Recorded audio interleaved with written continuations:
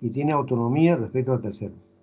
Y las desventajas del método natural es que puede provocar abstinencia sexual durante los días fértiles, ¿no? O emplear un método anticonceptivo alternativo si desea tener relaciones esos días fértiles.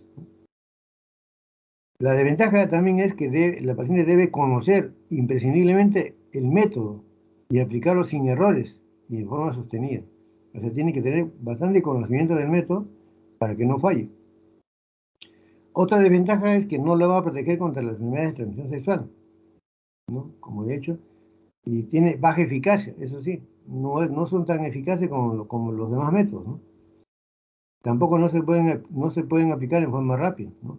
Requieren un tiempo de observación y registros de datos. Y dentro de los métodos anticonceptivos naturales, nosotros vamos a encontrar, ¿no? Dos tipos de métodos, ¿no? Unos tipos métodos basados en el calendario o seguimiento de los días de duración del ciclo menstrual. No, en esto tenemos dos métodos, el método del ritmo y el método de los días fijos, principalmente, ¿no? Y el otro método es aquella que se basa en la observación de los síntomas fisiológicos asociados a la ovulación. O sea, uno tiene que ver si está ovulando o no.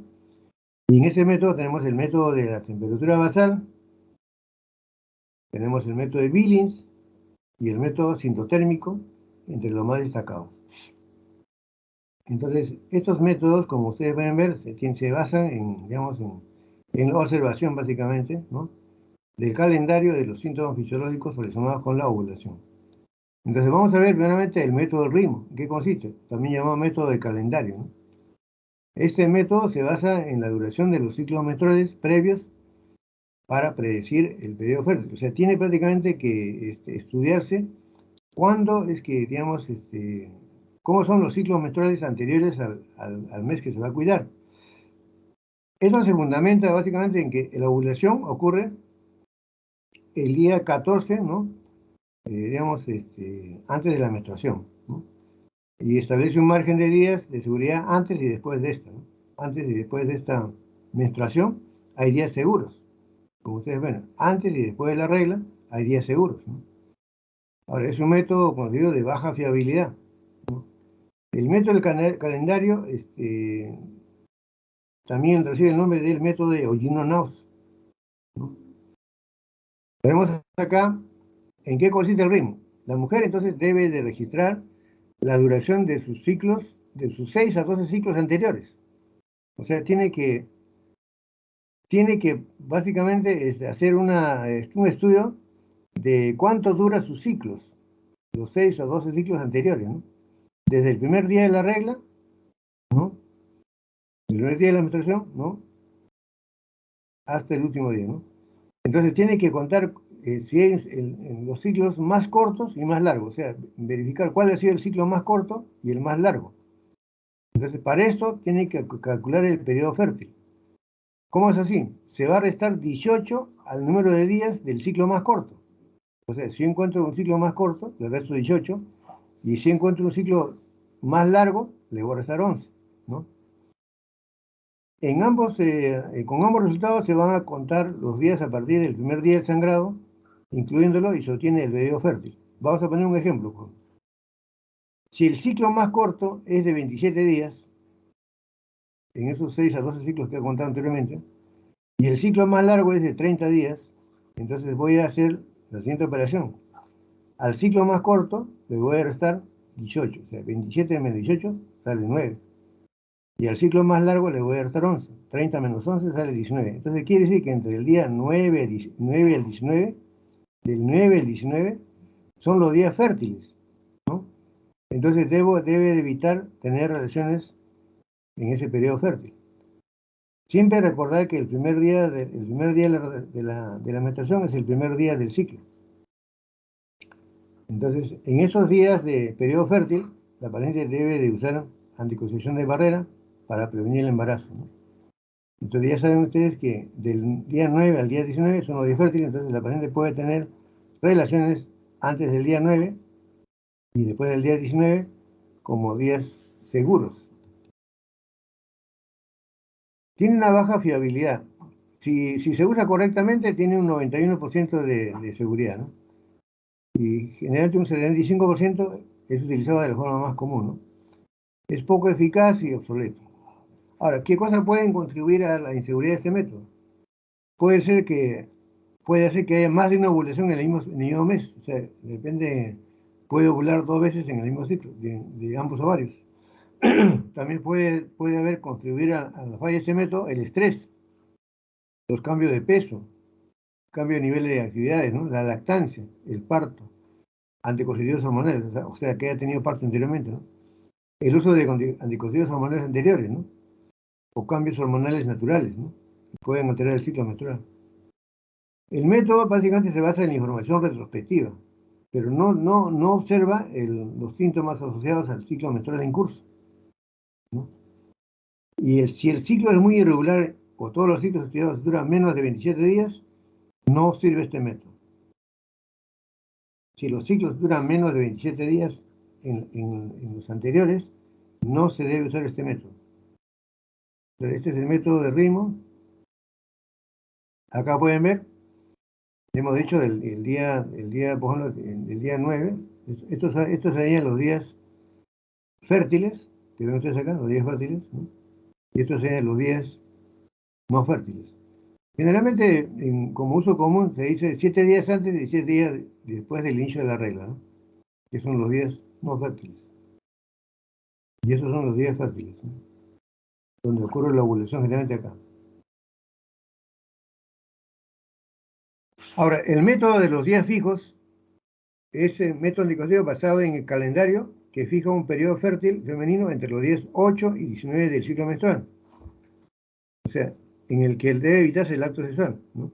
Está indicado solo para mujeres con ciclos entre 26 y 32 días. O sea, aquellas mujeres que tienen ciclos entre 26 y 32 días exactos, entonces en ese caso se debe de decir que tienen periodo fértil entre el día 8 y 19 del ciclo menstrual. También se conoce este método como el método del collar, ¿no? O collar del ciclo, ¿no? En donde va a representar los días del ciclo menstrual a través de una herramienta visual semejante a un collar de 40 colores, que es este collar.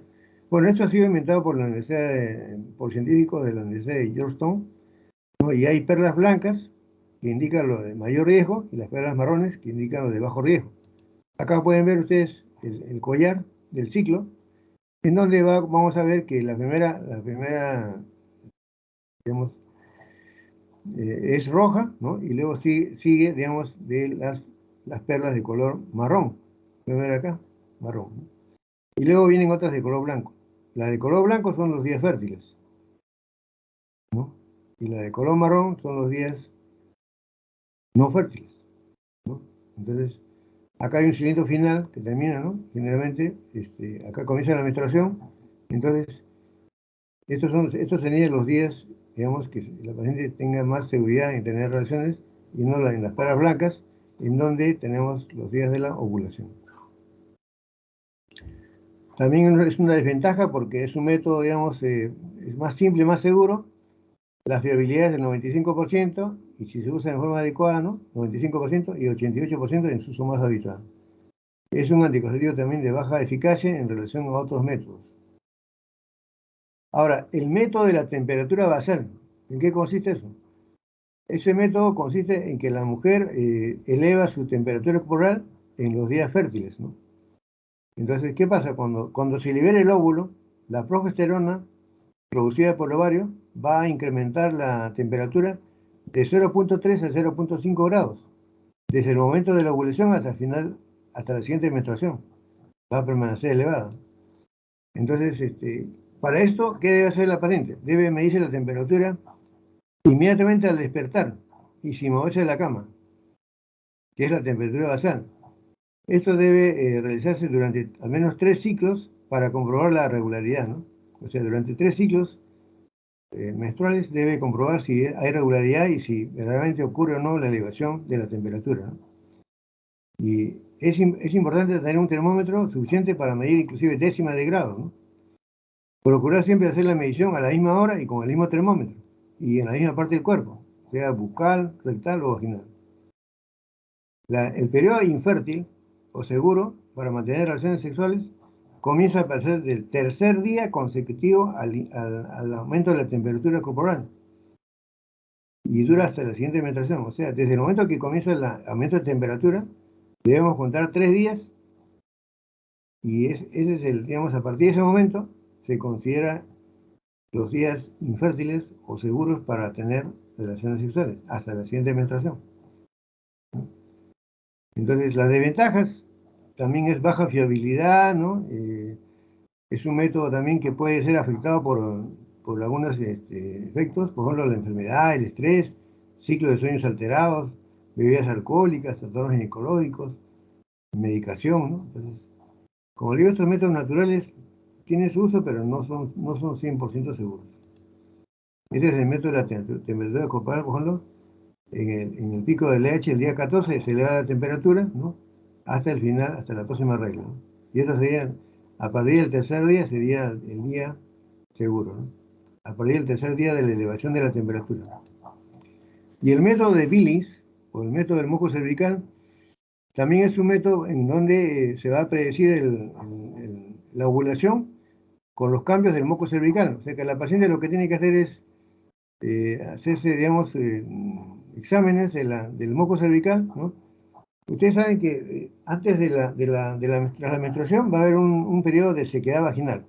O sea, la vagina prácticamente va a estar seca, ¿no? Y cuando viene la ovulación se prepara y prácticamente se prepara para el ingreso de los espermatozoides, ¿no? Entonces la vagina pasa a ser más lubricada. Entonces la paciente diariamente debe de hacerse un examen luego de lavarse las manos, ¿no? Debe tomar una muestra de su secreción cervical y llevar un registro. Durante 2 o 3 días tras la menstruación la mucosidad es espesa, ¿no? Y poco visible. O sea, dando una sensación de sequedad. Pero a medida que avanza digamos, cerca a la ovulación, el moco cervical pasa a ser elástico y transparente, o sea, filante, como la clara de huevo, ¿no? Se puede separar entre los dedos, no se rompe. Entonces, el último día en que se dan estas características, o sea, de que se ha producido ya este moco filante y elástico y transparente, es el día cúspide. Se considera el día cúspide. Y el periodo infértil, o sea, el periodo seguro, comienza a partir del cuarto día después del día cúspide, ¿no?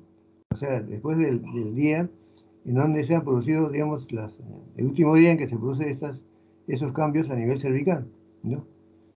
Y se pueden mantener las relaciones sexuales hasta la siguiente menstruación. También tiene, digamos, desventajas, ¿no? Hay el inconveniente de que puede alterarse el moco cervical por infecciones vaginales, ¿no? Y la efectividad es 97% si se hace modo correcto, ¿no? Y un 75% de forma habitual. Ahora, su efectividad puede estar combinado con otros métodos anticonceptivos, ¿no? Ojo, el uso de preservativos con este método, ¿no? Ahora viene el método sintotérmico. El método sintotérmico, que ustedes no lo conocen, es una combinación, ¿no? De diferentes métodos. Bueno, se basa en predecir la ovulación observando simultáneamente la temperatura basal, el moco cervical y otros signos fisiológicos del cambio de cuello uterino. Ya hemos mencionado cómo se hace la temperatura basal, también el moco cervical, el método de Billings, ¿no? Entonces nos va a ayudar a identificar los días fértiles e infértiles. Entonces, ¿qué es lo que vas a hacer acá?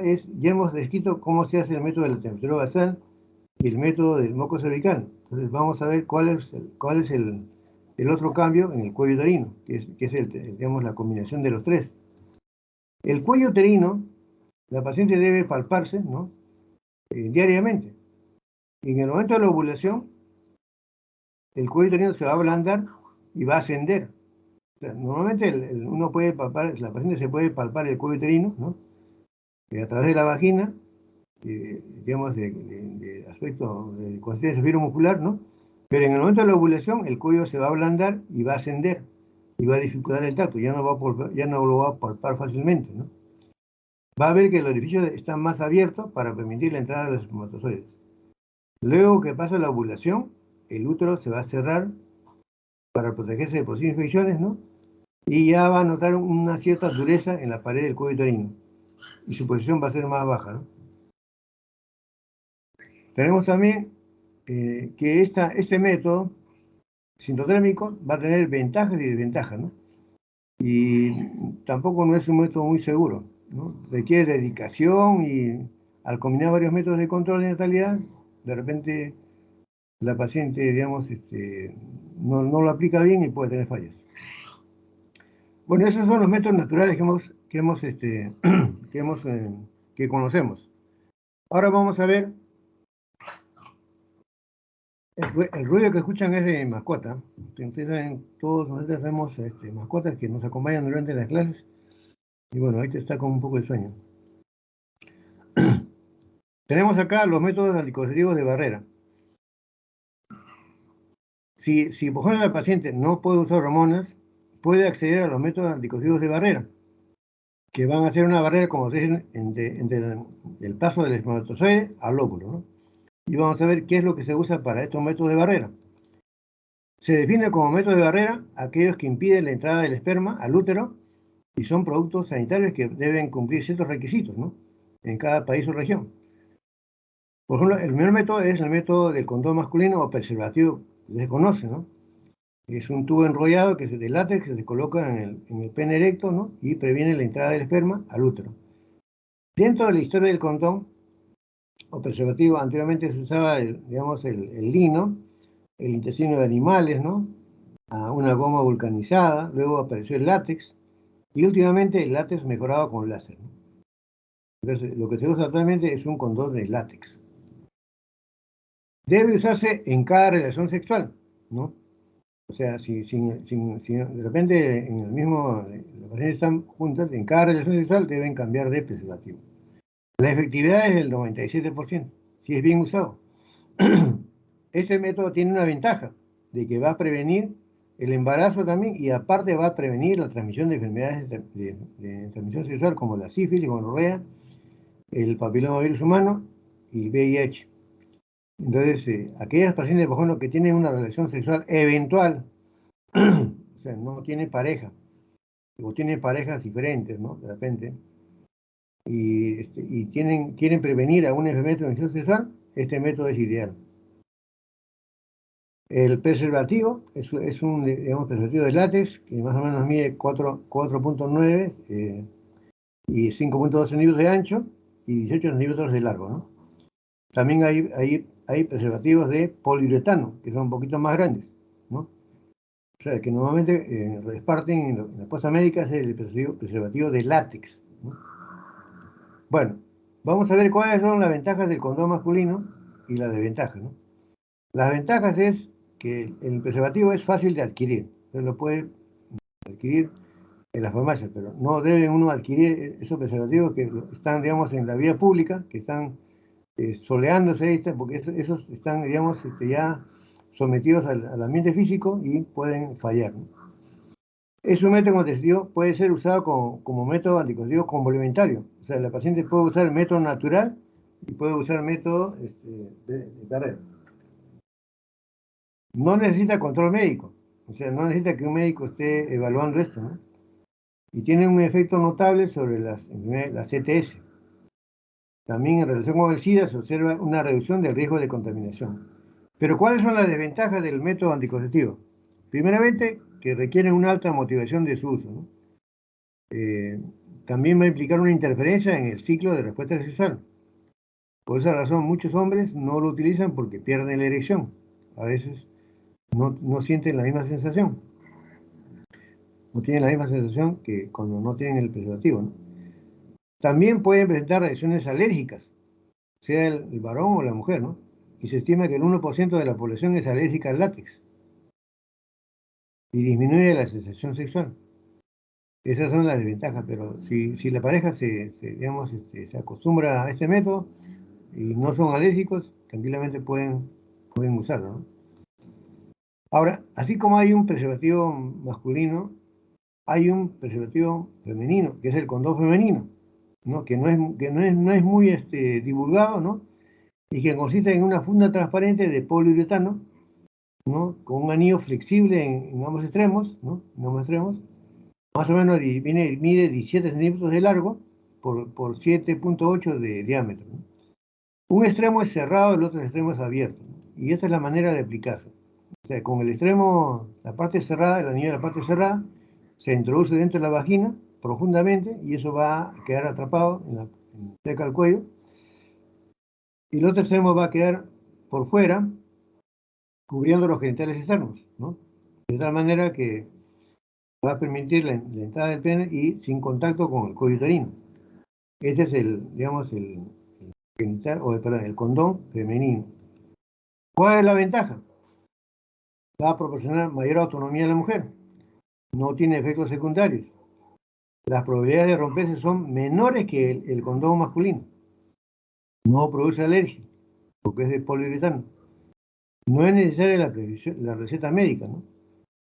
El acto sexual no tiene por qué verse interrumpido. Ahora, no es preciso retirarlo inmediatamente después de la eyaculación. Puede quedarse ahí un tiempo. Se ajusta muy bien a los genitales femeninos, ¿no? Y está muy lubricado. En el condón masculino también hay que de repente, poner un poco de lubricante. En algunas mujeres incrementa el placer debido a su anillo exterior que fricciona el clítoris, ¿no?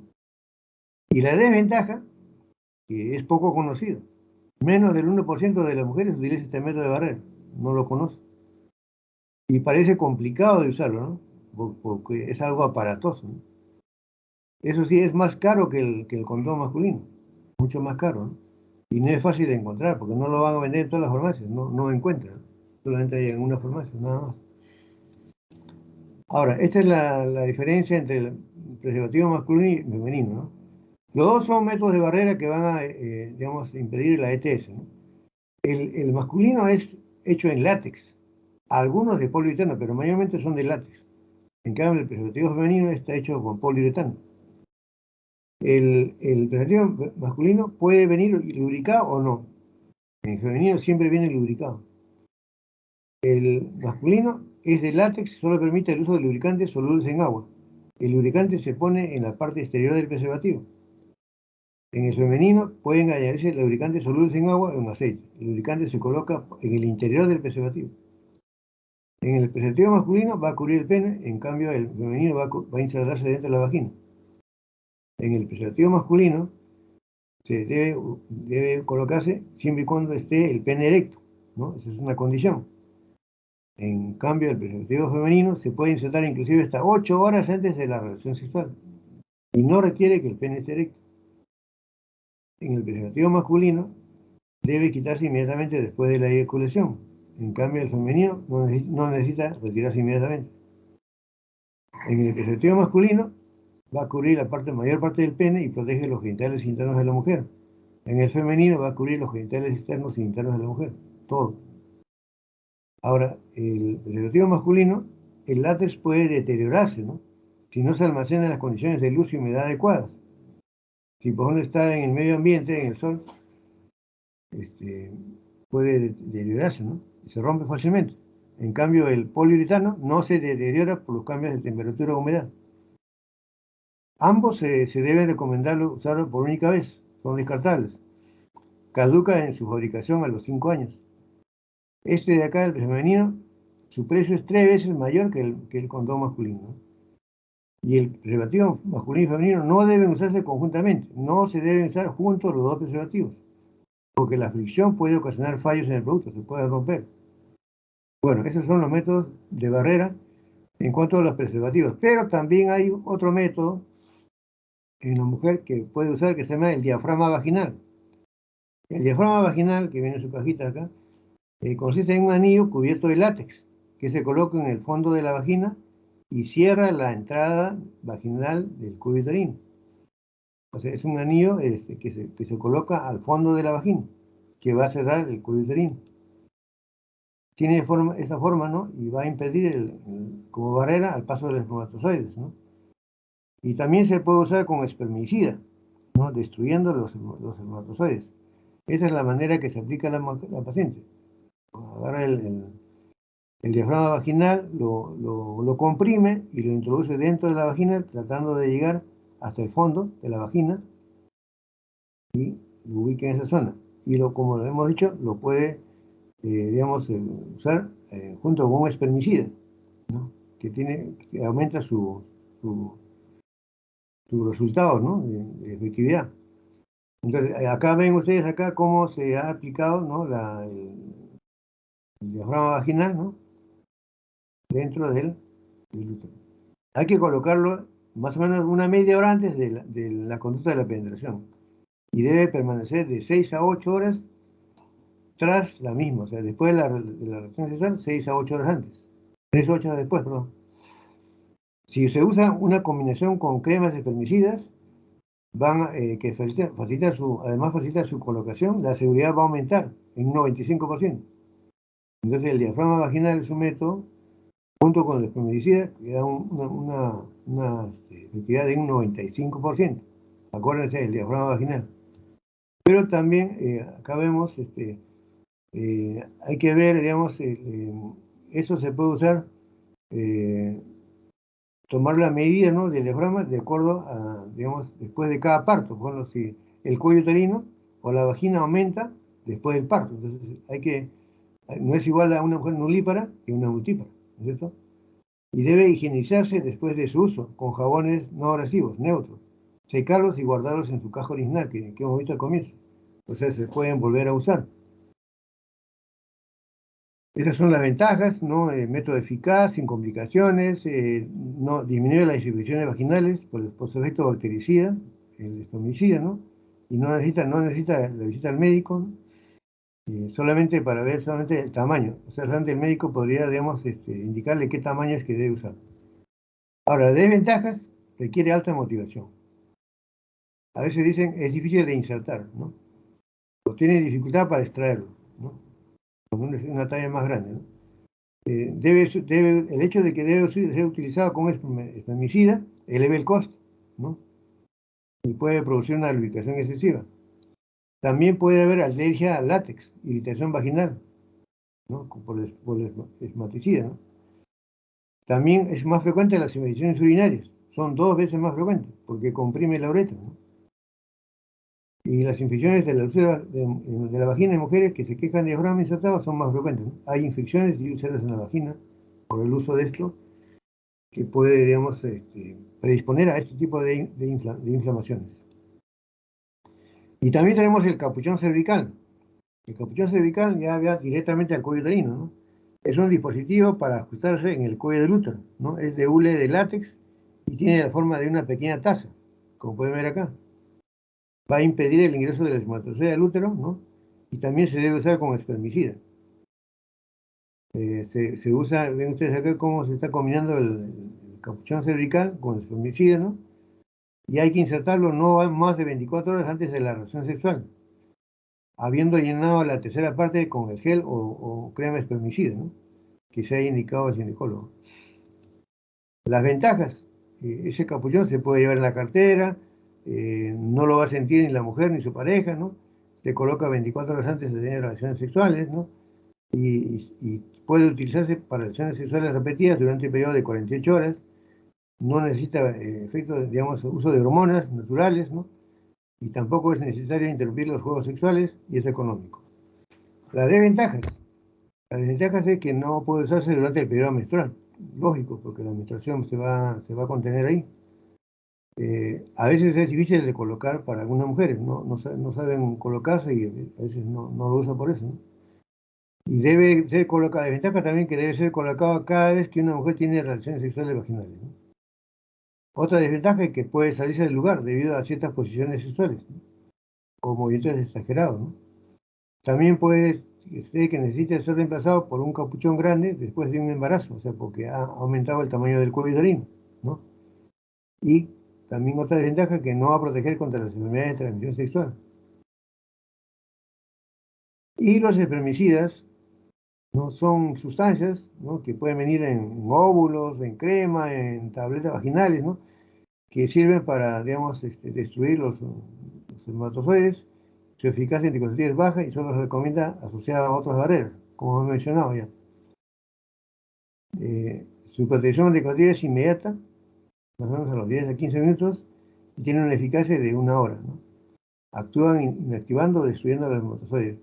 Normalmente conocidos en nuestro medio son los óvulos o tabletas vaginales que venden en las farmacias. Pero el problema de estos espermicidas que vienen en supositorios, tabletas, espumantes, espumas, películas, jaleas, ¿no? O cremas, primeramente no se recomienda como único método anticonceptivo. Tiene que ser siempre asociado a otro método de barrera, ¿no? Tampoco se usa en caso de cáncer o inflamaciones del cuello uterino, ¿no? O infección de las vías urinarias. Estos espermicidas han sido relacionados generalmente a inflamaciones vaginales, ¿no? Entonces no está muy divulgado su uso, o se ha quitado inclusive del mercado ciertos espermicidas porque causaban muchas lesiones a nivel vaginal, ¿no? O inflamaciones, perdón. Entonces, la ventaja es que se puede adquirir sin receta médica, no necesita control del médico, ¿no? Es seguro, digamos, si se usa con otro método, ¿no? Previene la sífilis, gonorrea, ¿no? Y bueno, la desventaja es que poco efectivo, pueden interrumpir el acto sexual, ¿no? Y las únicas complicaciones locales son alergias al espermaticida y puede producir inflamaciones también. Entonces pueden ver acá la eficacia en anticonceptiva de los métodos de barrera, de todos los métodos, la tasa de embarazo, ¿no? Cuando usan perfectamente, siempre hay un riesgo, ¿no? Acá, no es 100%. Mejor la tasa de embarazo cuando se usa en forma perfecta de 2%, en el condón femenino 5%, en el diafragma 6%, en el capuchón 26%, en el feminicidio 18%. Entonces no es un método 100%. Siempre tiene que combinarse. Ahora, los efectos colaterales de todos los métodos generalmente son alergia al látex, como hemos visto, alergia al látex, dolor vaginal, ¿no? Alergia al látex, irritación cervical, o sea, generalmente producen alteraciones de tipo alérgico, generalmente, por alergia, ¿no? Y por eso se ha abandonado este método, porque algunas pacientes no lo toleran. Bueno, esos son los métodos de barrera. Ahora vamos a pasar al método de lactancia, que es el método de lactancia amenorrea, de ahí viene el nombre, el método de lactancia amenorrea, MELA, ¿no? El método de lactancia amenorrea, también llamado LAM en inglés, Lactational Amenorrhea Method, o sea, método de amenorrea lactancia, ¿no? Es un método anticonceptivo altamente eficaz en mujeres amenorreicas, o sea, que tienen amenorrea, ¿no? En aquellas que amamantan en forma exclusiva, aquellas mujeres que dan de mamar en forma exclusiva o casi exclusiva durante los 6 primeros meses del posparto, puede ser un método ideal para ellas, ¿no? Su eficacia reconocida es del 98% de mujeres amenorreicas que amamantan en forma exclusiva o casi exclusiva a su vez durante los primeros 6 meses de posparto. Es un método conocido que consiste en aprovechar la ausencia de la ovulación y menstruación durante la lactancia para evitar un embarazo, ¿no? Es un método eficaz, ¿no? Pero debe tener ciertos requisitos. Primeramente, que, bueno, el bebé debe lactar, ¿no? Lactancia materna exclusiva, el bebé no debe tomar otro tipo de biberón, ¿no? El bebé debe mamar durante al menos 100 minutos al día y debe tomar 5 veces al día, por lo menos 5 tomas de lactancia materna exclusiva, ¿no? Entonces es un método que va a dar amenorrea, la lactancia debe ser completa o casi completa y debe ser menos de 6 meses en el posparto. O sea, hasta los 6 meses puede este método ser eficaz.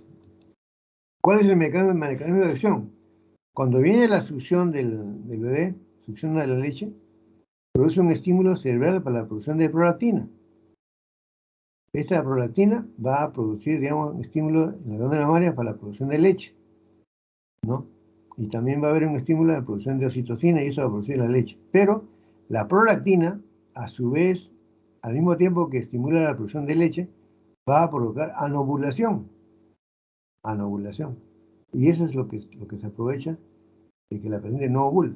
Por eso que debe haber una lactancia exclusiva para que se produzca buena cantidad de prolactina. Ese es el mecanismo de acción del método de lactancia. Las ventajas: sumamente eficaz, 98%, fácil de usar, comienza después del parto inmediatamente, ¿no?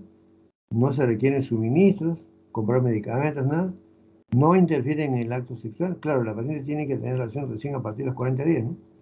No tiene efectos secundarios y beneficia a la salud de la madre y lactante, o sea, el contacto piel a piel, ¿no? La relación afectiva entre la mamá y el bebé, y se basa en prácticas culturales y religiosas establecidas.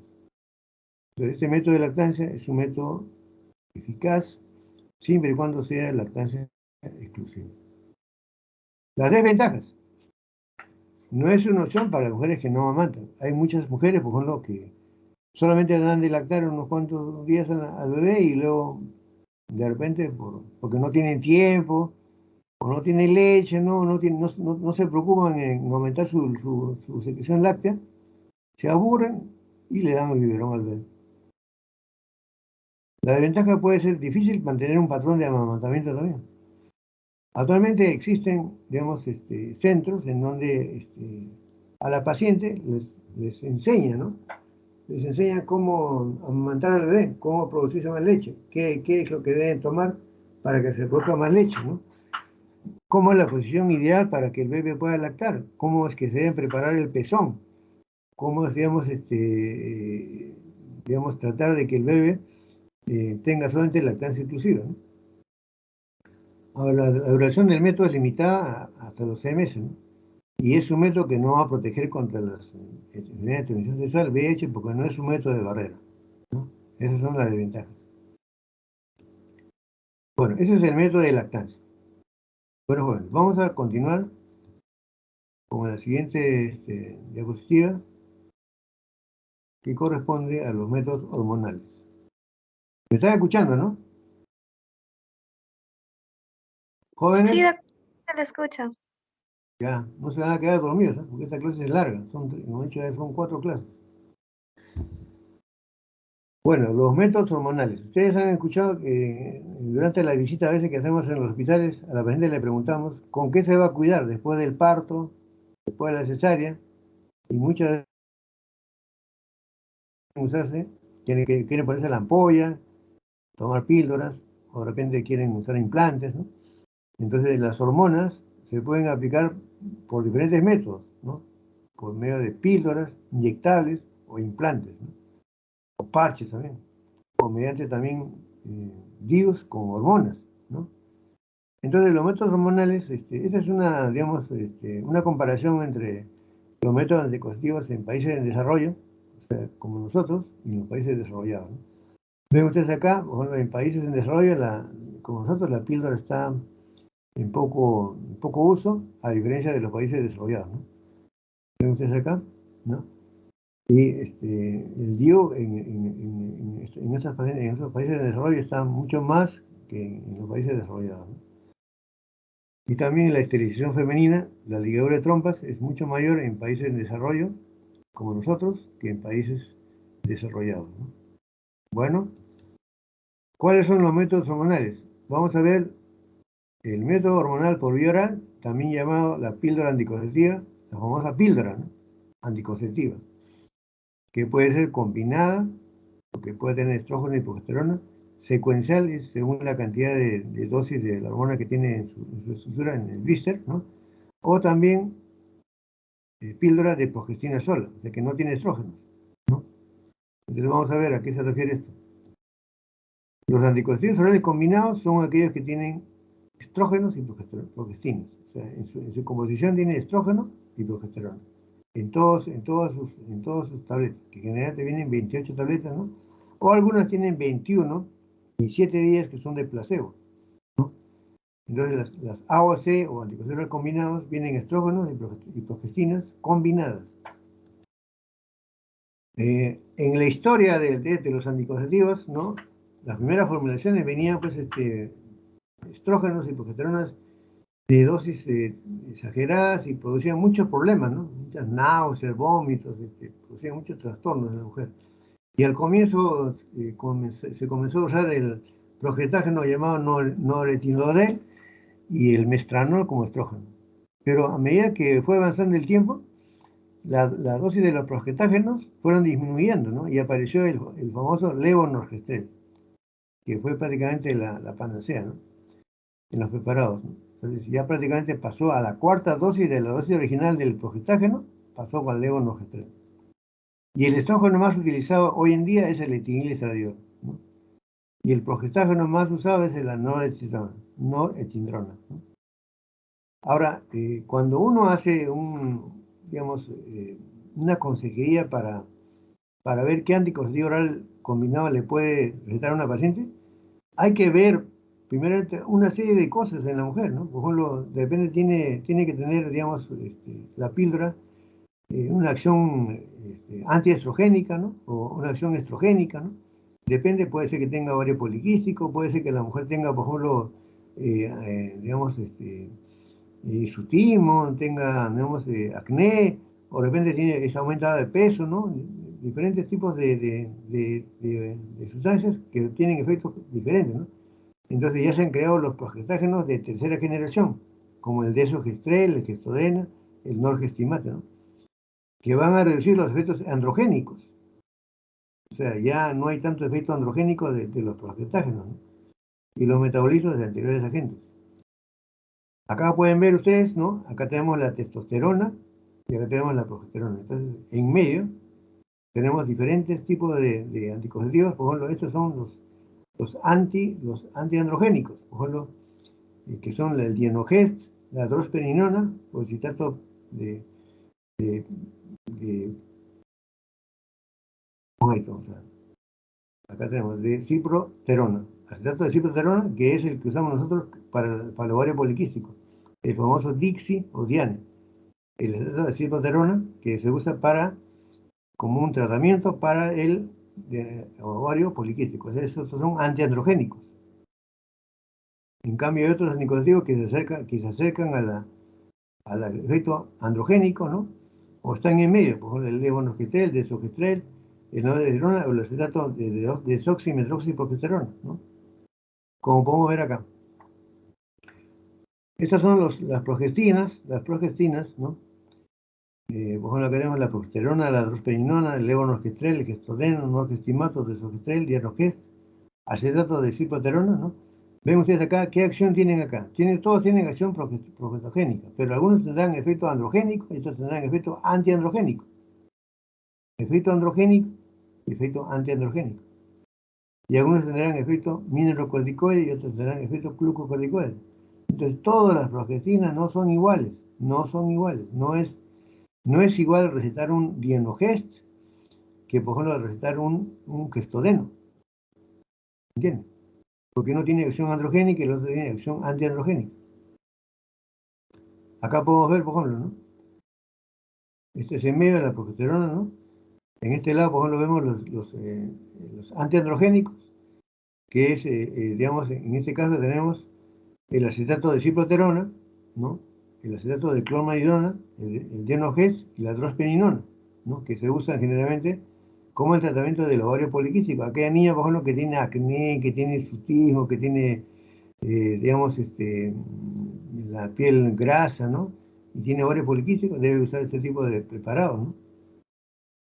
Por ejemplo, algunos, por ejemplo, tienen efecto androgénico, parcial. En este caso tenemos el levonorgestrel, el desogestrel y gestodeno, ¿no? Algunos que tienen efecto parcial antimineralocortico de las dos peninonas, ¿no? Y así por el estilo. Entonces, no todos los anticonceptivos tienen gestágenos que se pueden aplicar a diferentes tipos de pacientes, a un solo tipo de pacientes. Es según el tipo de paciente. Una paciente obesa no debe usar, por ejemplo, medicamentos que van a aumentar de peso. Ahora vamos a ver cuáles son las ventajas y desventajas de estos anticonceptivos. Por ejemplo, acá vemos, ¿no? Estos son los gestágenos androgénicos y estos son los gestágenos antiandrogénicos. ¿Cuáles son las ventajas? Los androgénicos tienen la ventaja de que mejoran la libido. En todo caso, no la interfieren. Son de bajo costo. Tienen un control intraciclo, o sea, no sangran entre los ciclos, no hay sangrado. Hay una reducción del sangrado, ¿no? Del sangrado menstrual. No afectan al hueso, ¿no? Dan una sensación de bienestar y mejoran la dismenorrea. No hay dolor menstrual. Esa es la ventaja del gestágeno androgénico. En cambio, los gestágenos antiandrogénicos tienen como ventaja de que no aumentan de peso. Mejora la piel, ya no tienen acné, la piel ya no es grasosa. No interfieren con los lípidos, ¿no? No aumentan la presión arterial, no alteran la coagulación, no dan edemas, pero también mejoran la dismenorrea, ¿no? Estas son las ventajas de los androgénicos y los antiandrogénicos. Pero también hay desventajas, por ejemplo. En los androgénicos, la ventaja es que va a aumentar de peso. Por eso no se debe indicar una licuación androgénica a una gordita. Aumenta de peso. No mejora la piel. O sea, la paciente puede tener acné o tenemos el problema de ovario poliquístico y no va a mejorarlo, ¿no? Tampoco, digamos, va a alterar los lípidos, puede alterar la presión arterial, alterar la coagulación, producir edema, o sea, todo lo contrario que lo que presentaba la ventaja de los antiandrogénicos. Y en los antiandrogénicos, la desventaja es que puede interferir la libido. O sea, en todo caso no hay una mejora de la libido, ¿no? Es de mayor costo, ¿no? Dice que puede alterar digamos, el hueso, ¿no? Y no hay sensación de bienestar. O sea, no interfiere en la sensación de bienestar como da el androgénico.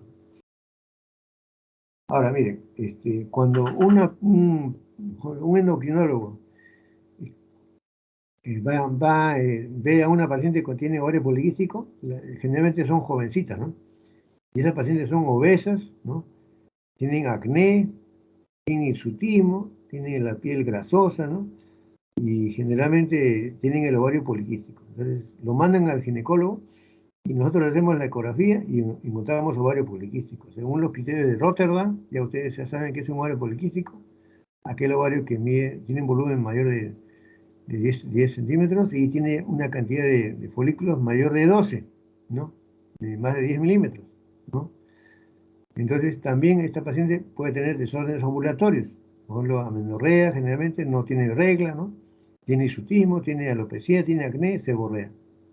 Entonces, ¿qué se le indica a este tipo de pacientes? Se le indica un antiandrogénico, ¿no? Un gestágeno de perfil antiandrogénico. Y dentro de ellos tenemos el más común, es el acetato de ciproterona, que es conocido en el mercado como el Dixie 35, el Diane, ¿no? Que depende de algunos de ustedes ha usado, ¿no? Que no tiene efecto anticonceptivo, principalmente, sino tiene efecto del tratamiento del problema de ovario poliquístico. Pero cuando la paciente desea, si al mismo tiempo de tratarse del ovario poliquístico y quiere cuidarse, ya tenemos que usar otro tipo de preparados que son antiandrogénicos, que son el Dienogest, la drosperinona, el acetato de clormalidona y el norgestimate. Entonces, estos son anticonceptivos que son antiandrogénicos. Entonces, como ven ustedes, no todos los anticonceptivos son iguales. No es cuestión de que vaya a la farmacia y denme un anticonceptivo, no es así. Tiene que ver según el tipo de paciente que ustedes van a tratar. Y eso tiene que ver el ginecólogo, ¿no? Por eso los laboratorios cada vez están sacando preparados mucho más sofisticados. Entonces, los anticonceptivos orales combinados, en su composición pueden ser monofásicos, bifásicos o trifásicos. Esto se debe a que en el monofásico las 21 píldoras del blister tienen la misma cantidad de estrógeno y progesterona. Y 7 días restantes pueden ser vitaminas. Y en el bifásico, de las 21 píldoras, hay dos combinaciones. O sea, los primeros 10 días tienen una cantidad de estrógeno y progesterona y los siguientes 11 días otra cantidad de estrógeno y progesterona. Y los trifásicos, en que las píldoras contienen 3 combinaciones distintas, ¿no? En los primeros 6 días, los siguientes 5 días, los 10 días restantes, tienen una cantidad distinta de estrógeno y progesterona. Por eso se llaman monofásicos, bifásicos y trifásicos. Esto es importante. El mecanismo de acción de todos los anticonceptivos hormonales, no solamente de los hormonales combinados, sino de todos los anticonceptivos hormonales, van a actuar a este nivel. Primeramente, van a suprimir la ovulación porque van a actuar a nivel central, ¿no? A nivel, digamos, de la liberación de las hormonas liberadoras de gonadotrofinas, ¿no? Entonces, a ese nivel no van a liberar, digamos, no van a producir hormonas liberadoras para que se estimule la producción de estrógenos y progesterona. Otro mecanismo de acción es que van a reducir el transporte de los espermatozoides a nivel de la trompa de falopio. La trompa de falopio tiene cilios. que van a llevar el espermatozoide desde el ovario hasta el útero, ¿no es cierto? Pero en este caso, los cilios no tienen la misma motilidad, ¿no? Y lo mismo la trompa no tiene la misma motilidad, entonces reduce el transporte de estos espermatozoides a nivel de la trompa. El otro efecto es que a nivel del cuello uterino va a espesar el endometrio, bueno, antes de eso, van a modificar el endometrio a nivel del útero para que haya menos posibilidades de implantación.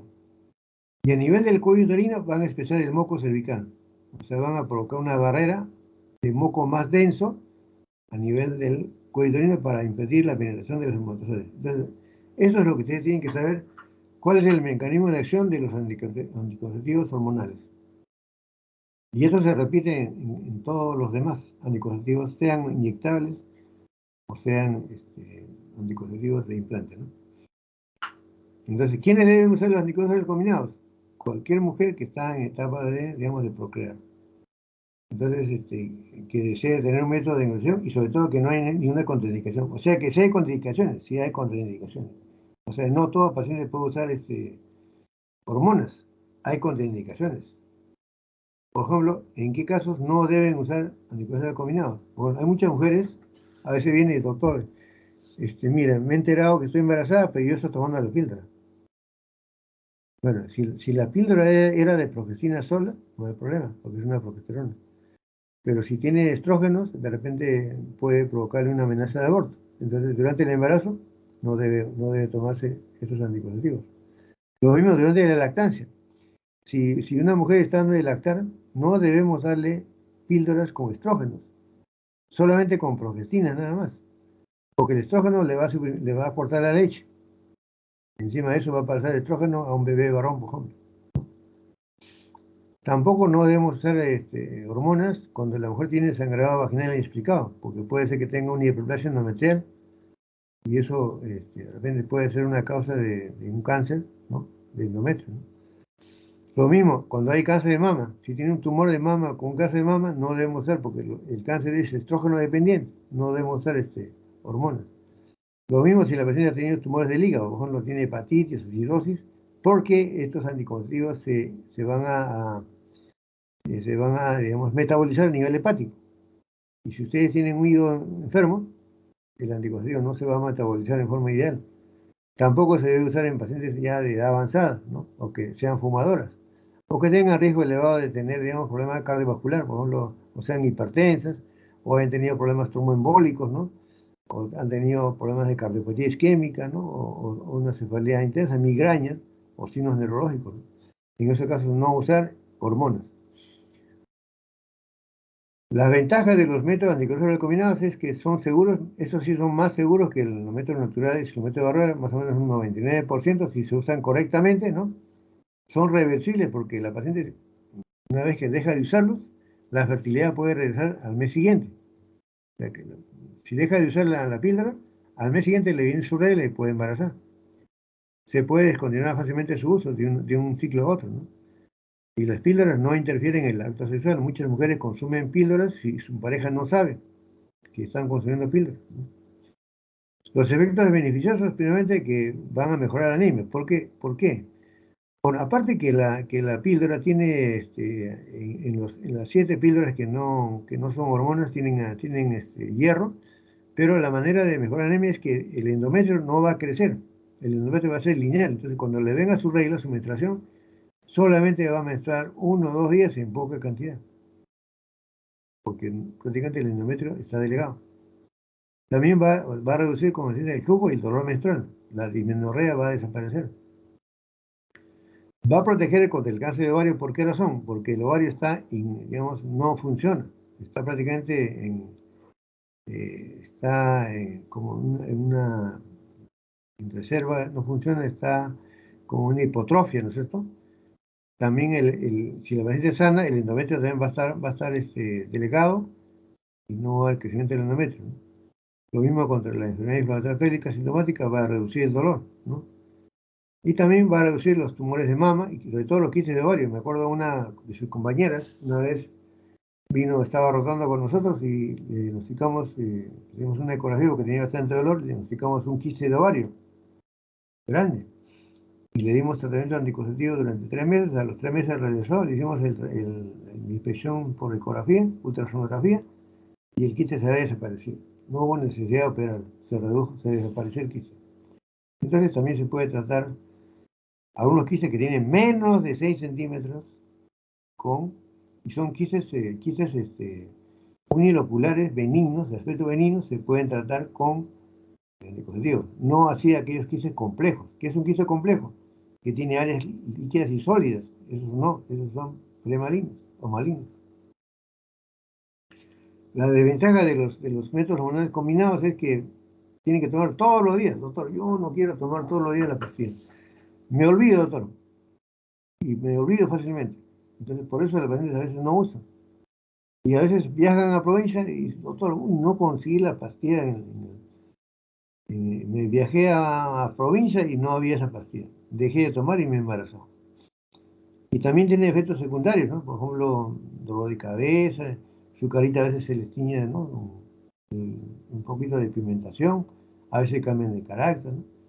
Y lo principal, no van a proteger contra las enfermedades de transmisión sexual porque no es un método de barrera, ¿no? Como los preservativos. Estos son los efectos secundarios: cefalea, náuseas, sangrado intermenstrual, sensibilidad mamaria, hay cambios de ánimo, ¿no? A veces cambian de carácter, aumentan de peso. Cuando son, por ejemplo, anticonceptivos androgénicos, el acné, ¿no? O también pueden tener amenorrea. Bueno, las pacientes que tienen, por ejemplo, efectos con los estrógenos, o tienen, digamos, les choca el uso de estrógenos, pueden usar el anticonceptivo oral con progestina sola, o sea, solamente de progestágenos nada más. Y estos son las famosas llamadas mini píldoras, que tienen noretirona o norgestrel. Estos son los anticonceptivos generalmente que se deben usar, por ejemplo, para pacientes que tienen dismenorrea o que tienen, por ejemplo, que tienen endometriosis, ¿no? Se usa también en las mujeres que están dando de lactar. Bueno, doctor, yo quiero usar píldora como para cuidarme. Entonces, te tienes que indicar una píldora con progestina sola, ¿no? También en caso de que tenga el uso del estrógeno esté contraindicado, por ejemplo, un tumor, digamos, mama algo, le puede hacer de progestina sola nada más. Bueno, y los inyectables, los anticonceptivos, aquí el paciente dice, doctor, yo no quiero usar píldora, yo quiero inyectable, que me apliquen la ampolla, ¿no? Hay ampollas mensuales y ampollas trimestrales, como también hay ampollas bimensuales, ¿no? Pero las que hay en el mercado mayormente son las mensuales y las trimestrales que usan actualmente. ¿Y cómo es así? Primero veremos los trimestrales, ¿no? Las que se aplican cada 3 meses. Estos son anticonceptivos no combinados, solamente tienen progestágenos nada más. El progestágeno que se usa son el acetato de desoximetroxiprogesterona. Solamente tiene progestágeno, ¿no? Y se aplica cada 3 meses, comenzando de los 7 días postparto o posaborto. El nombre comercial se llama Depo-Provera o Megestrone, que ustedes lo van a encontrar en su farmacia de su posa médica. Cuando ustedes hagan el serum, van a tener que usar este método. Este método se usa en las mujeres que están dando de lactar, porque tienen solamente progestágeno, no tiene estrógeno, y se aplica cada 3 meses. El nombre comercial está acá, Depo-Provera o Megestrone. Esos son específicamente para posparto o posaborto. No se debe usar en las chicas que están, que no han tenido hijos, no se deben usar, porque estas pacientes cuando usan este tipo de ampolla, generalmente les produce amenorrea de larga data, y para que regresen a su menstruación demora, ¿no? Demora. Ahora, también hay para 2 meses, ¿no? Que también tiene progestina, que es el enetato de noreltesterona, NETEN, pero en el mercado esto no se usa mucho, ¿no? Ese es de 2 meses, ¿no? El que generalmente nosotros usamos es este de acá, el DPMA, el acetato de desoximetroxiprogesterona, que se usa cada 3 meses, 150 miligramos intramuscular. Ese es el que van a encontrar ustedes en su posta médica. Ahora, dice el doctor, yo quiero usar hormona mensual, o sea, ampolla mensual. Esa sí tiene estrógeno y progesterona. El que se usa mensualmente tiene estrógeno y progestágenos y se aplica hasta el 8º día del ciclo menstrual. Nombre como sea, por ejemplo, mesigina, ciclo Provera, Soluna, Ese es el mensual que se usa, el anticonceptivo mensual, ¿no? A veces trae muchos problemas porque a veces puedes tener sangrado intramenstrual, a veces se le suspende la regla, la paciente está asustada, no es como la píldora. Tú te vienes a tomar la píldora y te viene la píldora y te viene la regla.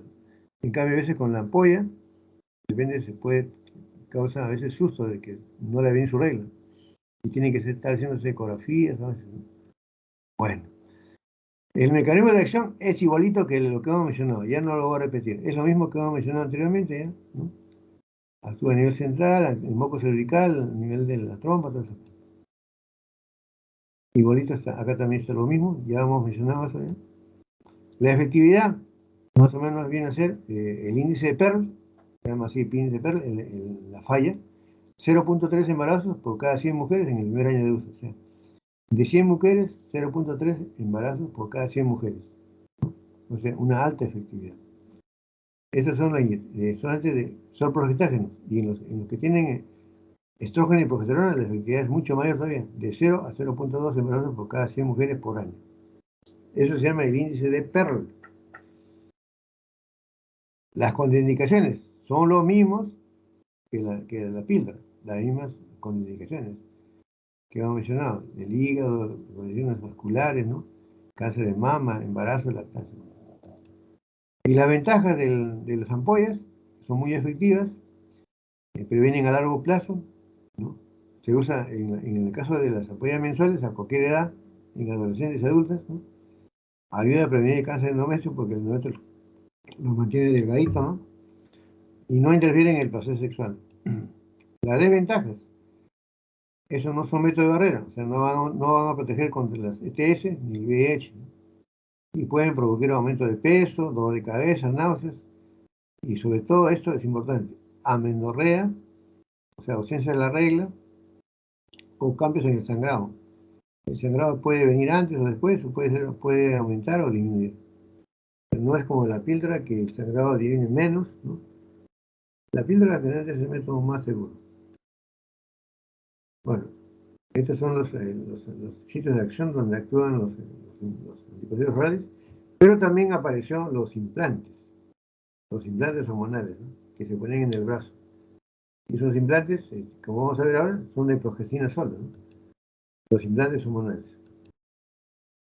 En los años 90, en la maternidad llegó una donación, más o menos, de unos 10.000 paquetes de Norplant. Y así fueron llegando más todavía. Y se creó una fiebre, pero todo el mundo se enteró y que los implantes, entonces, ese es el famoso Norplant, que venían 6 tubitos, este es antiguo, 6 tubitos de Silastic. Cada uno tenía 6 miligramos de levonorgestrel, en total tenía 36 miligramos de levonorgestrel, que es una progestina. Eso no tenía estrógenos, no tiene estrógeno, ¿no? Y este Norplant servía, si se aplicaba en el brazo, como un implante subdérmico, servía para 5 años. 5 años te cuidaba para no salir embarazada. Pero tenía una dificultad. Este Norplant venía en paquetes solamente los tubitos, pero no venía cómo aplicarlo. Entonces había que conseguirse un trocar y un mandril para introducir en el trocar el implante y luego empujarlo a través con el mandil debajo de la piel subdérmica, ¿no? Y era una pequeña cirugía, pues había que hacer una pequeña intervención, ¿no? Entonces, actualmente, el Norplant ya pasó a la historia, que tenía 6 cápsulas, ¿no? Actualmente ya ha aparecido ya el levonorgestrel, ha sido sustituido por el etonorgestrel. El etonorgestrel, que es el Implanon, ¿no? Que tiene una sola cápsula, ¿no? Y eso, pero dura para 3 años. El etonorgestrel, como vamos a ver, que es el Implanon. Y ahora apareció el Nexplanon, que es mucho mejor, que también tiene etonorgestrel, pero es mucho mejor la aplicación. Como puede ver ahí, mucho más efectivo, ¿no? Que la ampolla, ¿no?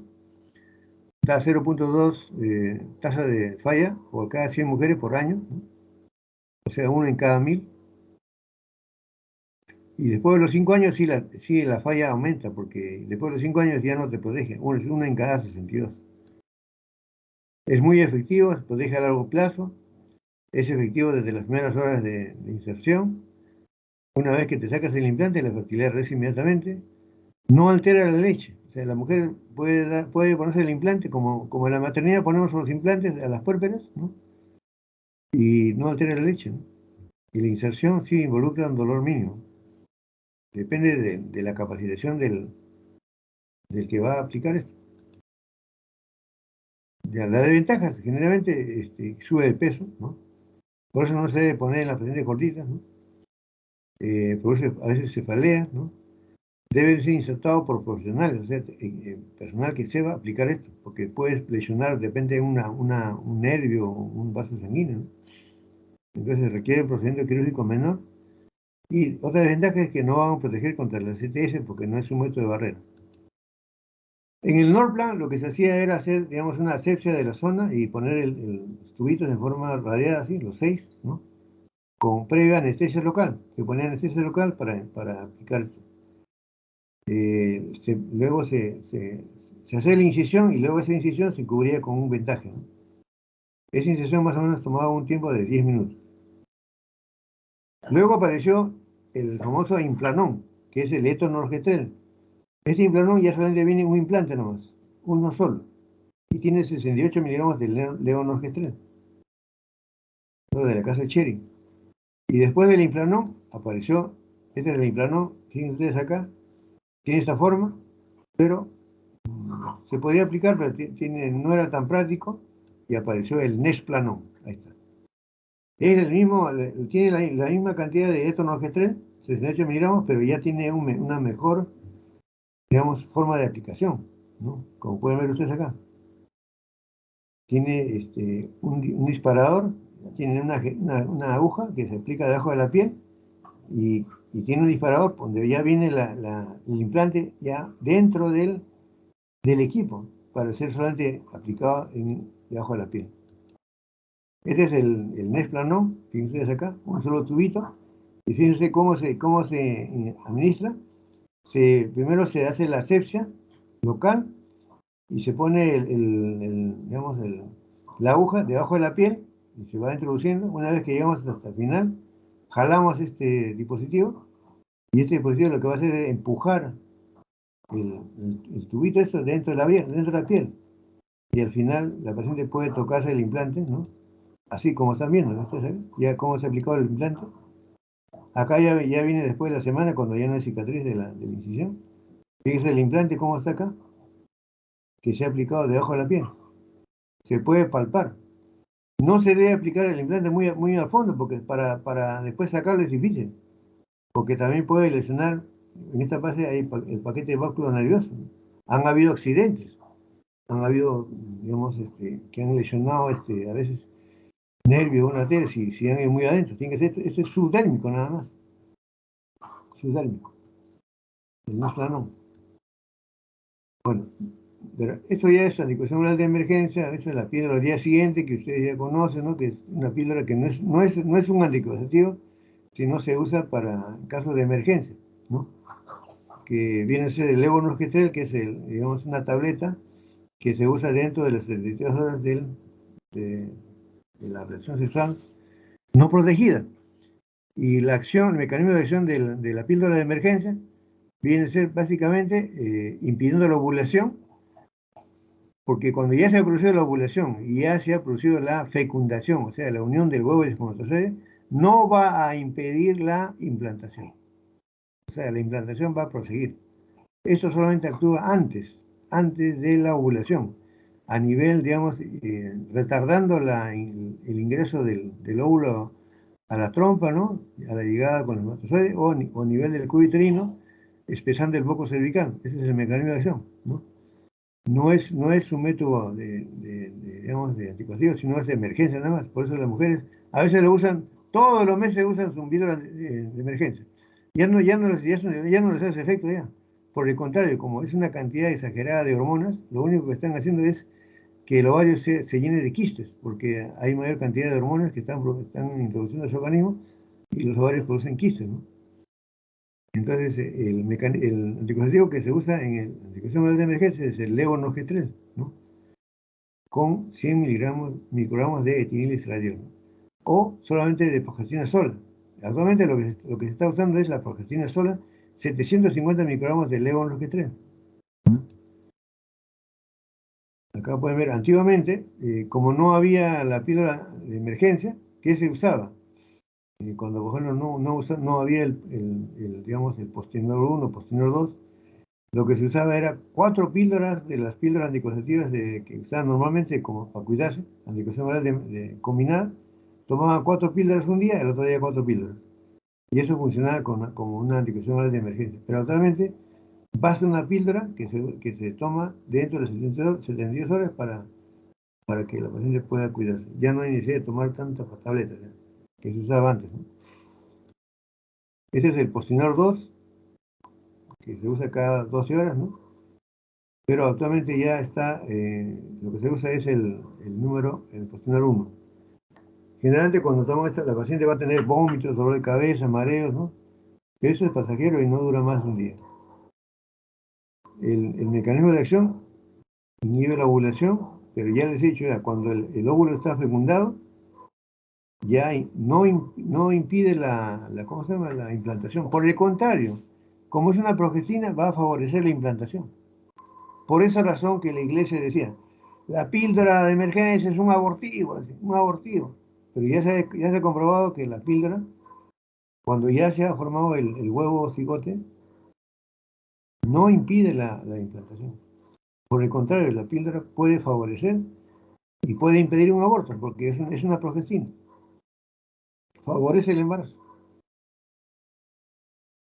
Bueno, cuando se toma digamos, en otra adecuada, 100% de efectividad, ¿no? Y no es un sustituto de los anticonceptivos regulares, eso hay que explicarle al paciente. No es un anticonceptivo que se usa todos los meses. Solamente es de emergencia, cuando se rompe el preservativo, cuando hay una relación sexual no protegida, por ejemplo, no deseada, una violación, en esos casos sí se puede usar, ¿no? Y actualmente estaba en controversia, pues, digamos, cuando se usaba la píldora anticonceptiva en las iglesias, ¿no? Ustedes han llevado un seminario sobre esto también. Yo me acuerdo que yo hice una clase sobre esto, realmente. En la iglesia hay una controversia sobre la educación oral de emergencia. Perdón, en el Tribunal Constitucional. Antiguamente se daba en las farmacias de los hospitales, se repartía libremente. Pero por ahí, digamos, algunos movimientos femeninos y la iglesia, uno queja al Tribunal Constitucional, pero actualmente han fallado de que ya la píldora debe repartirse a nivel de los centros médicos de salud. Bueno, esta es la píldora, la controversia entre la religión y la salud a nivel del Tribunal Constitucional. Y por último tenemos, hay un DIU con progestágenos, ¿no? O sea, el DIU tiene hormona, progestágeno. Esto es el famoso Mirena, ¿no? Acá pueden ver, tiene el levonorgestrel, ¿no? Tiene una eficacia de 5 años, ¿no? Tiene un tamaño de 32 milímetros, en forma de una T, y tiene una carga de 52 miligramos de levonorgestrel. A través de una membrana de polimetilsiloxano se va a liberar esta hormona durante 5 años, ¿no? Este es el famoso Mirena, es de la casa Cherry, ¿no? Que es un dispositivo intrauterino que tiene hormona, que tiene levonorgestrel. Aparte que es un método, digamos, anticonceptivo, digamos, de implante intrauterino, tiene hormona. Por eso les pongo acá yo, como me tocan métodos hormonales, les pongo para que conozcan, ¿no? Y este es digamos, el aparato para aplicar. Tiene su aplicador, ¿no? Acá ven ustedes acá la Mirena, en la parte con una T de cobre, ¿no? Pero en realidad no es de cobre, sino tiene hormona. Tiene los hilos, esto se va a jalar, se va a introducir esto de acá y se introduce dentro del útero y luego se contiene un disparador y lo va a ubicar dentro del útero, ¿no? Se usa para casos de anticoncepción y también no solamente para anticoncepción, también sirve como terapia hormonal, ¿no? Para la protección del endometrio y también digamos, para el tratamiento de miomas, los miomas. Entonces el mecanismo de acción va a prevenir el crecimiento del endometrio, ¿no? Va a inhibir la motilidad espermática y va a espesar el moco cervical. Acá vemos los efectos de la mirena en el endometrio. Fíjense, normalmente el endometrio es grueso y en la mirena el endometrio es delgadito, ¿no? Casi la penetración es mínima. Y fíjense ustedes acá en la mirena cómo se va, digamos, liberando a través del cilindro del levonorgestrel, a través de la membrana, y llega al útero. Se va liberando lentamente durante 5 años la hormona y llega al útero para impedir el crecimiento del endometrio, ¿no? Ya, entonces estos son los efectos que usan a nivel bioquímico, pero no es motivo del... Y los efectos beneficiosos es mejora o sea, trata la dismenorrea, sirve para el tratamiento de la endometriosis, ¿no? La adenomiosis, los miomas uterinos también pueden ser tratados con mirena, ¿no? Y la hiperplasia endometrial, ¿no? Y previene la anemia porque no da mucho sangrado menstrual, ¿no? Y es una alternativa a la histerectomía en el caso de los miomas. Bueno, jóvenes, ya. Hay dos videos, pero ya es la hora, 6:19. O de repente, ¿quieren ver el video? ¿Me dicen? ¿Aló? Sí, a ver si es que puede ponerlo para ver. A ver, vamos a ver si se puede. Ya, vamos a ver si ojalá que... No, es que tengo que compartir con video. Voy a salir. Ya, doctor. Me va a dejar de compartir. Ahora voy a compartir con incluir sonido. Y ahora vamos a ver. Ahora vamos a ver a ver, ojalá que se pueda.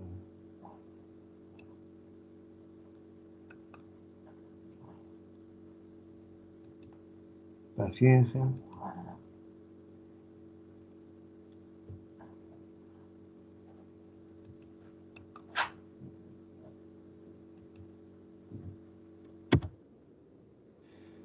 Vamos a ver qué dice.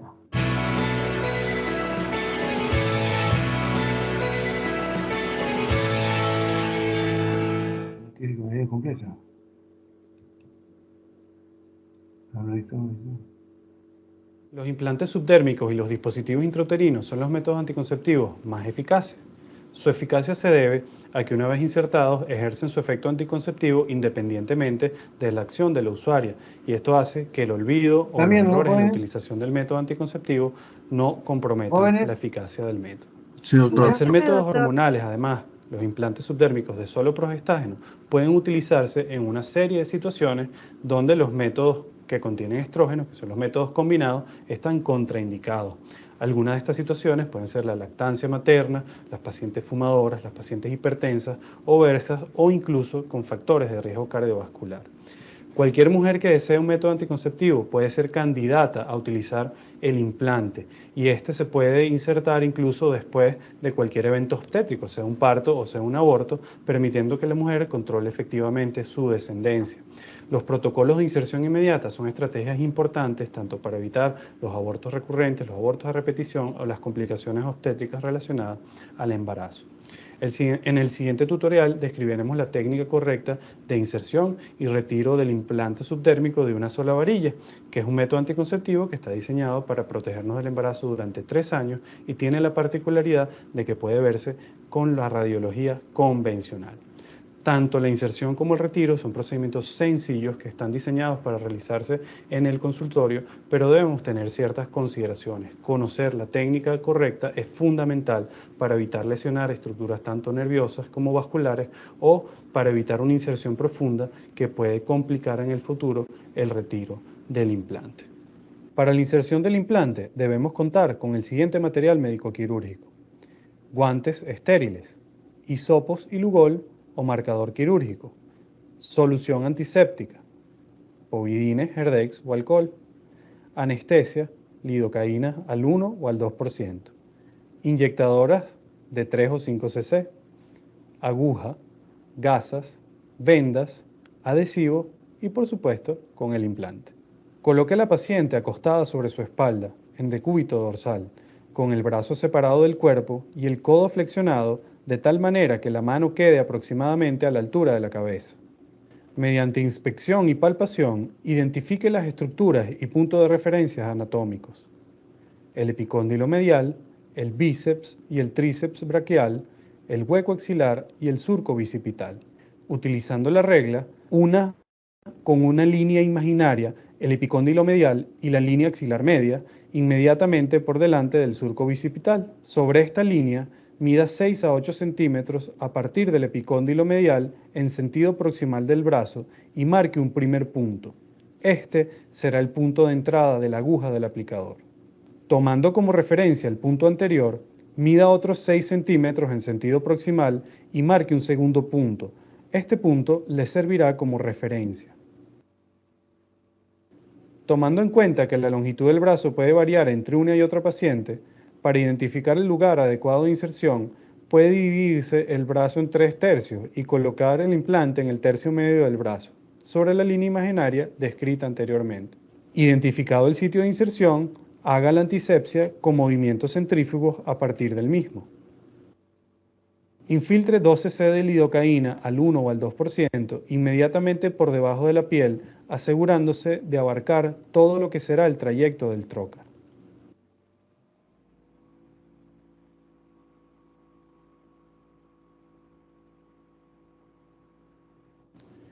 Tome el dispositivo de inserción, retire la cubierta de la aguja y verifique que el implante se encuentra dentro del trocar. Con un ángulo de 30 grados y haciendo contratracción con la mano libre inmediatamente por debajo del punto de inserción, permita que la punta del trocar atraviese la piel hasta quedar inmediatamente por debajo de la misma en el tejido celular subcutáneo. Coloque el dispositivo de inserción paralelo al eje del brazo y traccione hacia arriba, alejando la piel de las estructuras subyacentes. Inserte la totalidad de la aguja en el tejido celular subcutáneo inmediatamente por debajo de la piel, teniendo especial cuidado de que la punta de la aguja no salga de nuevo a la superficie cutánea en alguna parte del trayecto. Elimine la tracción que realiza sobre la piel, permitiendo que el dispositivo descanse sobre la cara interna del brazo. Sin mover el dispositivo, desplace hacia atrás la pestaña violeta para que se retraiga la aguja y el implante quede en el lugar adecuado. Palpe el implante y pídale a la paciente que lo toque. Aplique un vendaje compresivo y manténgalo durante 24 horas para evitar la formación de hematomas. Coloque de nuevo la tapa sobre el dispositivo de inserción y descarte el aplicador según las normas de bioseguridad.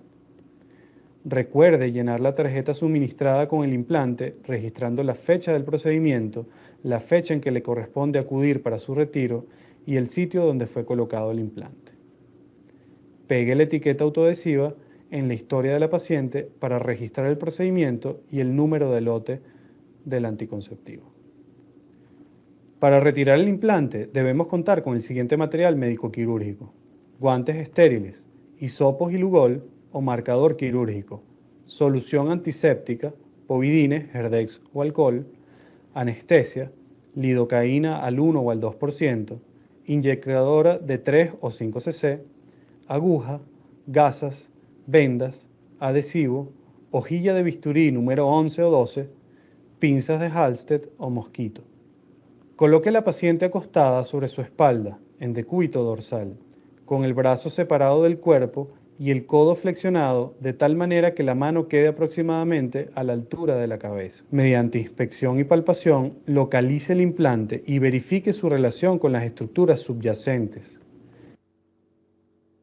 Si no palpa el implante, intente localizarlo por métodos de imágenes, ultrasonido, resonancia magnética o radiología convencional si se trata del implante radiopaco.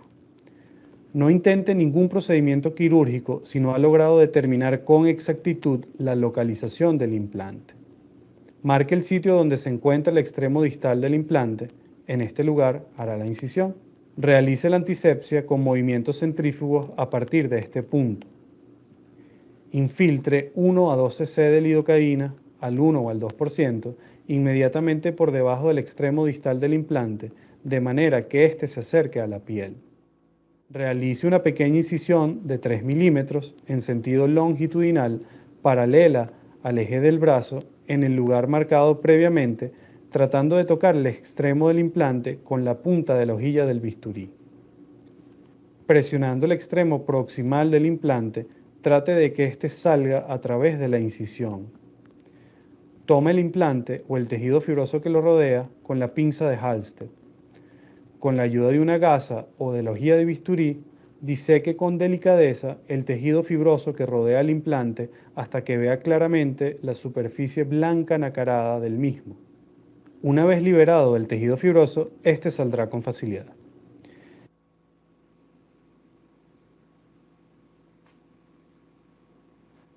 Si se va a insertar un nuevo implante, puede hacerlo a través de la misma incisión, tomando la precaución de aplicar suficiente anestesia en todo el trayecto de la aguja según el procedimiento descrito para la inserción. Aplique un vendaje compresivo y manténgalo durante 24 horas para evitar la formación de hematomas. A manera de resumen, recuerde: coloque a la paciente en la posición adecuada. Identifique las estructuras y puntos de referencia anatómicos. Marque el punto de entrada de la aguja del aplicador y el punto proximal que le servirá de referencia. Realice la antisepsia. Infiltre la anestesia local. Retire la cubierta de la aguja y verifique que el implante se encuentre dentro del trocar. Con un ángulo de 30 grados, atraviese la piel hasta el tejido celular subcutáneo.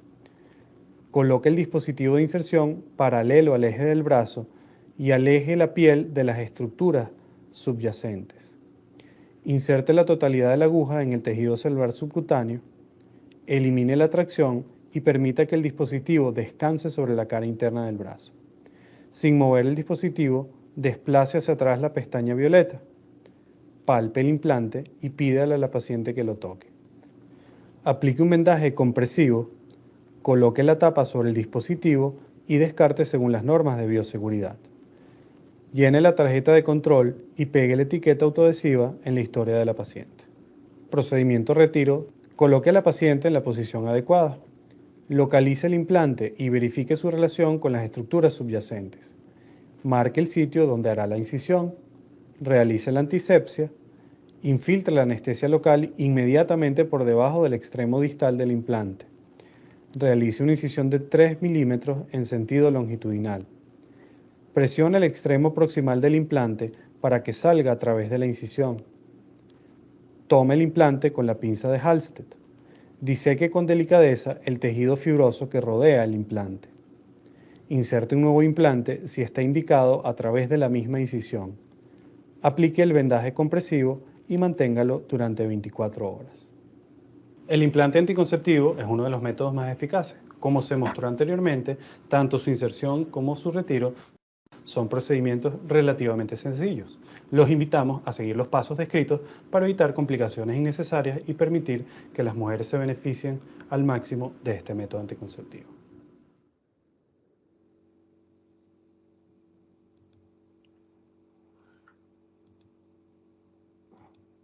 Bueno, jóvenes, ¿qué les pareció? Ese es el famoso implante, el Snanon, que ustedes van a aplicar en su centro de salud. Van a tener el implante, hay donación del Ministerio de Salud. Tienen que aprender a poner en sus hospitales a las pacientes puérperas. Bueno, voy a presentarles el último video que... ¿Están ahí todavía, jóvenes? Sí, doctor, le escuchamos. Doctor. Este video es cortito nomás para ver el Mirena, cómo se aplica el Mirena, ¿eh? En una maqueta.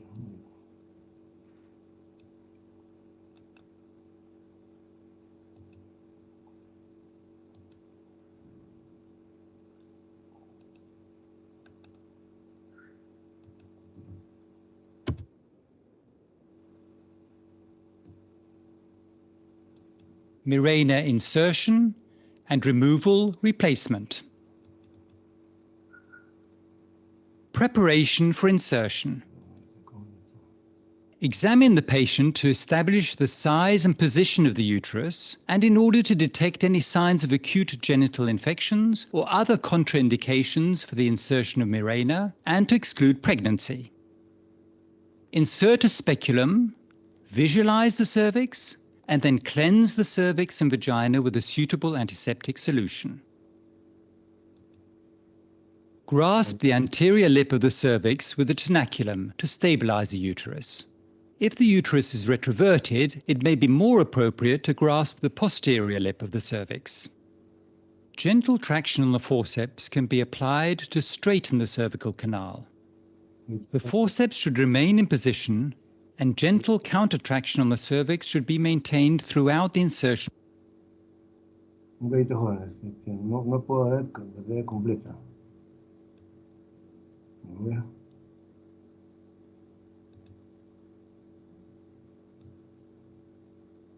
No da la cantidad completa.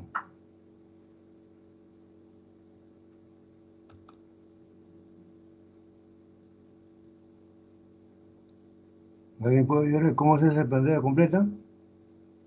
Se actualiza, doctor, de repente. No, lo voy a... Espera, tengo esa... Acá. Ahora sí, creo. Insertion and removal replacement. Ya está en inglés, pero... Preparation for insertion. Examine the patient to establish the size and position of the uterus and in order to detect any signs of acute genital infections or other contraindications for the insertion of Mirena and to exclude pregnancy. Insert a speculum, visualize the cervix, and then cleanse the cervix and vagina with a suitable antiseptic solution. Grasp the anterior lip of the cervix with a tenaculum to stabilize the uterus. If the uterus is retroverted, it may be more appropriate to grasp the posterior lip of the cervix. Gentle traction on the forceps can be applied to straighten the cervical canal. The forceps should remain in position and gentle counter-traction on the cervix should be maintained throughout the insertion procedure. Advance uterine sound through the cervical canal to the fundus to measure the depth and confirm the direction of the uterine cavity. If difficulty is encountered, consider dilatation of the canal. Insertion. First, open the sterile package completely. Then use sterile technique and sterile gloves. Mirena is provided within an inserter consisting of the Mirena itself, already in the correct horizontal position, an anatomically curved insertion tube with a double-sided centimeter scale and a plunger inside, the flange, and the handle containing the mark, the slider, and the threads inside.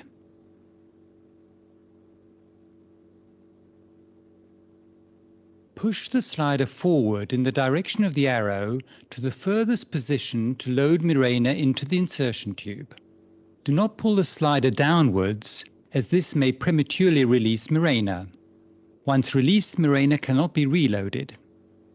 Holding the slider in the furthest position, set the upper edge of the flange to correspond to the sound measurement of the uterine depth.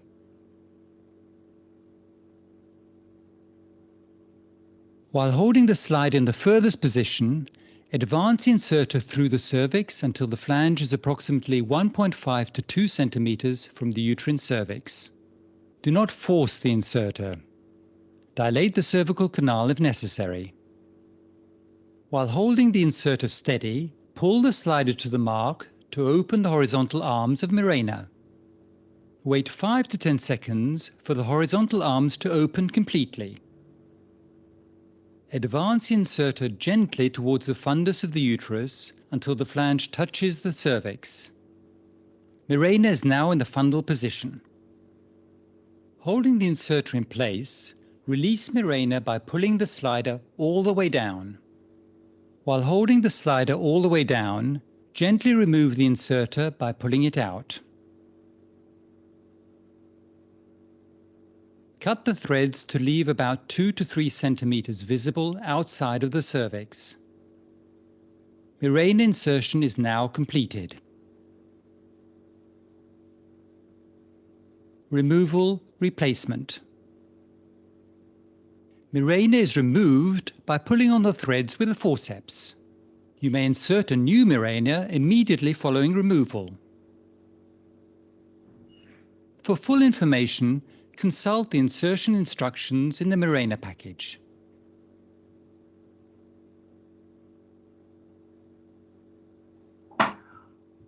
Pues ese es el video que... Bueno, vamos a ver. Entonces, con esto...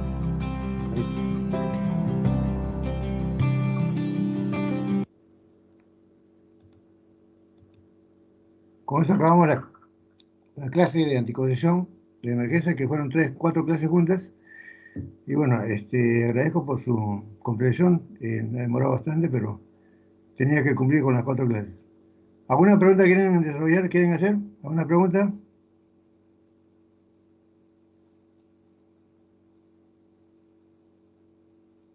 ¿No hay preguntas?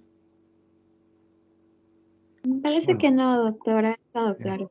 Bien, se ha quedado dormido solamente. Gracias. Entonces nos vemos hasta luego. Gracias. Gracias. Gracias, doctor. Buenas Hasta luego, tardes. doctor. Hasta luego. Hasta luego, Gracias. doctor. Cuídese.